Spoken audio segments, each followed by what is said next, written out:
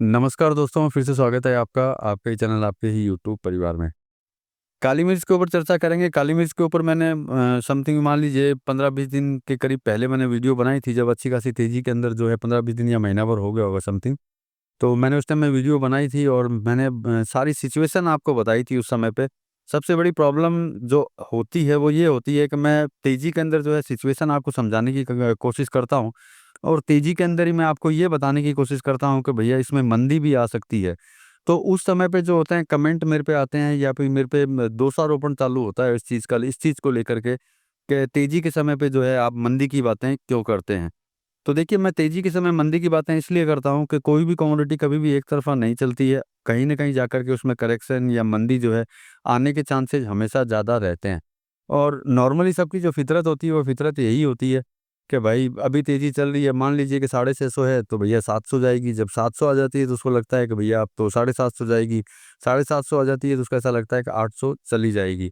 साथ में ये जो चीज़ें होती हैं कि भैया फसल बहुत कम है, तो वो सिर्फ़ जो है कैलकुलेशन जो अपना लगाते हैं कि भई फसल जो कम आएगी वो सिर्फ़ इंडिया लेवल के ऊपर लगा कर के या अपने बाज़ार के हिसाब से देख कर के अपना एक कैलकुलेशन लगा लेते हैं कि हाँ भई, हमारे बाज़ार में तो यही बोला जा रहा है कि भैया फसल तो है नहीं, तो इसका मतलब जो है ज़बरदस्त तेज़ी इसके अंदर चलने वाली है।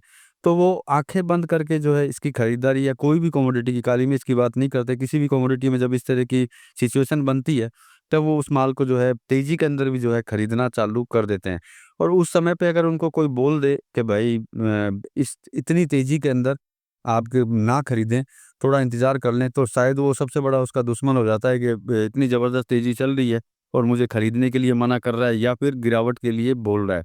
यही सब कारण होते हैं जिनके कारण से जो है अच्छा खासा नुकसान जो है हमेशा झेलना पड़ता है। मतलब पे कोशिश करेंगे आज काली मिर्च में ये जानने की कि प्रेज़ेंट टाइम की सिचुएशन क्या है और आगे क्या सिचुएशन रहने वाली है और साथ में आपको काम कैसे करना चाहिए। तो चलिए काली मिर्च के ऊपर चर्चा करेंगे दोस्तों, लेकिन चैनल पर नए हैं तो वीडियो को लाइक और चैनल को सब्सक्राइब ज़रूर कर लीजिएगा। लगता हो शेयर के लायक है तो शेयर भी ज़रूर कर दीजिएगा।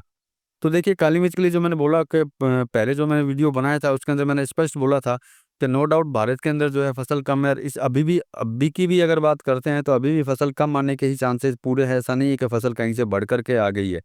लेकिन उस वीडियो में मैंने आप लोगों को ये समझाने की कोशिश की थी कि नो डाउट भारत के अंदर फसल कम है, उसमें कोई डाउट नहीं है। लेकिन इंडिया का मार्केट कभी भी क्रैश हो जाता है जब श्रीलंका से बहुत ज़बरदस्त माल आना चालू होता है और वो भी सस्ते भावों के अंदर। नो डाउट श्रीलंका के अंदर जो है श्रीलंका में भी फसल के अंदर प्रॉब्लम है।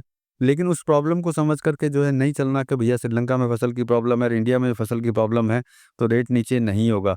श्रीलंका को आप देख लीजिए, फिर भारत को देख लीजिए, वहाँ से जो माल आएगा निश्चित बात है इंडिया में जो है सस्ता ही पड़ेगा, क्योंकि माल की भी क्वालिटी के ऊपर भी डिपेंड करता है।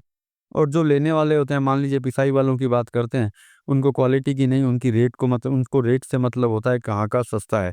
इसीलिए मैंने उस वीडियो में ये समझाने की कोशिश की थी कि समय-समय पे प्रॉफ़िट बुकिंग करते हुए चलें, क्योंकि अगर श्रीलंका से माल किसी भी समय पे अगर भारत के अंदर घुसता है, तो निश्चित बात है ज़बरदस्त करेक्शन जो है इसके अंदर आएँगे। सेकंड एक सबसे बड़ी बात होती है, कोई भी कमोडिटी की एक स्तर से जब ऊपर चली जाती है तो बाज़ार की डिमांड में जो है कमज़ोरी आ जाती है। बाज़ार की डिमांड में जब कमज़ोरी आएगी तो निश्चित बात है उस समय पे भी करेक्शन आएगा। जैसे कि हम लोग मान लेते हैं कि श्रीलंका से माल जी नहीं आएगा, श्रीलंका से माल नहीं आया और भारत में फसल जो है बहुत कम है। अब भारत में अगर फसल कम है, निश्चित बात है कहीं न कहीं अपने को तेज़ी देखने को उसके अंदर मिलेगी ही मिलेगी। लेकिन उस समय पे सिर्फ़ दिमाग में एक ही चीज़ चलती है कि भैया भारत में तो फसल ही नहीं है और अब तो तेज़ी इसकी कोई कहीं रुक ही नहीं सकती, अब तो ये कंटिन्यू तेज़ ही चलने वाला है।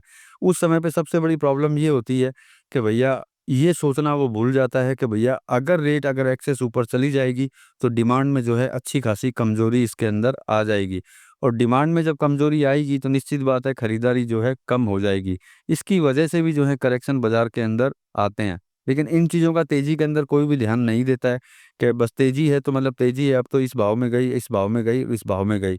और सबसे बड़ी बात है कि समय-समय पे कहीं पे भी बीच में जाकर के प्रॉफ़िट बुकिंग कर लें, ये विचार भी जो है दिमाग में बिल्कुल भी नहीं लेते, क्योंकि सिर्फ़ तेज़ी उनको दिखाई देती है, मतलब ऊपर चोटी दिखाई देती है कि वहाँ चढ़ जाएँ, वहाँ जाकर के जो है अपना काम करेंगे। उससे पहले तो हमको ना तो इधर देखना, ना उधर देखना, सिर्फ़ सामने देखना है। उसी वजह से जो है कहीं न कहीं प्रॉब्लम इसके अंदर दिखाई देती है। तो देखिए, मेरा कहना और मानना यही है कि भाई अगर आप काली मिर्च के अंदर काम करते हैं, तो निश्चित बात है आपको इंपोर्ट की खबर आपको हमेशा रखनी होगी कि भैया कहाँ से कितना इंपोर्ट हो रहा है, क्या भाव के अंदर हो रहा है। अगर आप सिर्फ ये सोच करके चलें कि भैया भारत के अंदर फसल कम है और इसके अंदर तेज़ी रहेगी, तो इसमें हमेशा प्रॉब्लम ही रहेगी, हमेशा कहीं न कहीं नुकसान जो है खाएँगे ही खाएँगे। अब प्रेजेंट टाइम की सिचुएशन की अगर बात करते हैं तो क्या भाई इसके अंदर तेज़ी आएगी या फिर नहीं आएगी? तो देखिए प्रेजेंट टाइम में तो काली मिर्च में ऐसी कोई सिचुएशन प्रेजेंट टाइम में नज़र नहीं आती है कि भाई तेज़ी आए, क्योंकि श्रीलंका से जो माल है अभी भी इंडिया के अंदर आ रहा है और जब तक वो आता रहेगा तब तक कहीं से भी कोई ऐसी सिचुएशन पैदा नहीं होती है जिसके अंदर हम लोग ये सोच सकें कि भाई काली मिर्च में जो है कहीं ज़बरदस्त तेज़ी अपने को दिखाई देती है। तो बाकी देखिए हमेशा मेरे हिसाब से हर भाव के अंदर प्रॉफिट बुकिंग करते हुए अगर आगे की तरफ बढ़ते रहते हैं तो कोई प्रॉब्लम नहीं होती है। लेकिन लेकर के बैठ जाने से जो है प्रॉब्लम होती है। उसके लिए फिर एक ही तरीका होता है कि भाई एक समय तक जो है आप इंतज़ार करते रहिए, चाहे वो 1 महीना, 2 महीना, 4 महीना, 6 महीना। जब आपके हिसाब के अंदर रेट आए तब बेचिए। नहीं तो सबसे अच्छा तरीका यही होता है कि भाई हर भाव में खरीद करके अपना प्रॉफिट बुकिंग करके आगे की तरफ बढ़ते रहें। तो जब भी इस तरह की सिचुएशन हो, गिरावटें चालू हों, तो आपको सोचने की ज़रूरत ना पड़े। देखिए मेरा काम होता है आप तक सिर्फ़ जानकारी और इन्फॉर्मेशन पहुँचाना, बाकी खरीदना और बेचना जो है आप अपने हिसाब से जो है कर सकते हैं। मेरा काम सिर्फ़ जानकारी देना है, बाकी मिलेंगे अगले वीडियो में अगली जानकारी के साथ में, तब तक के लिए धन्यवाद।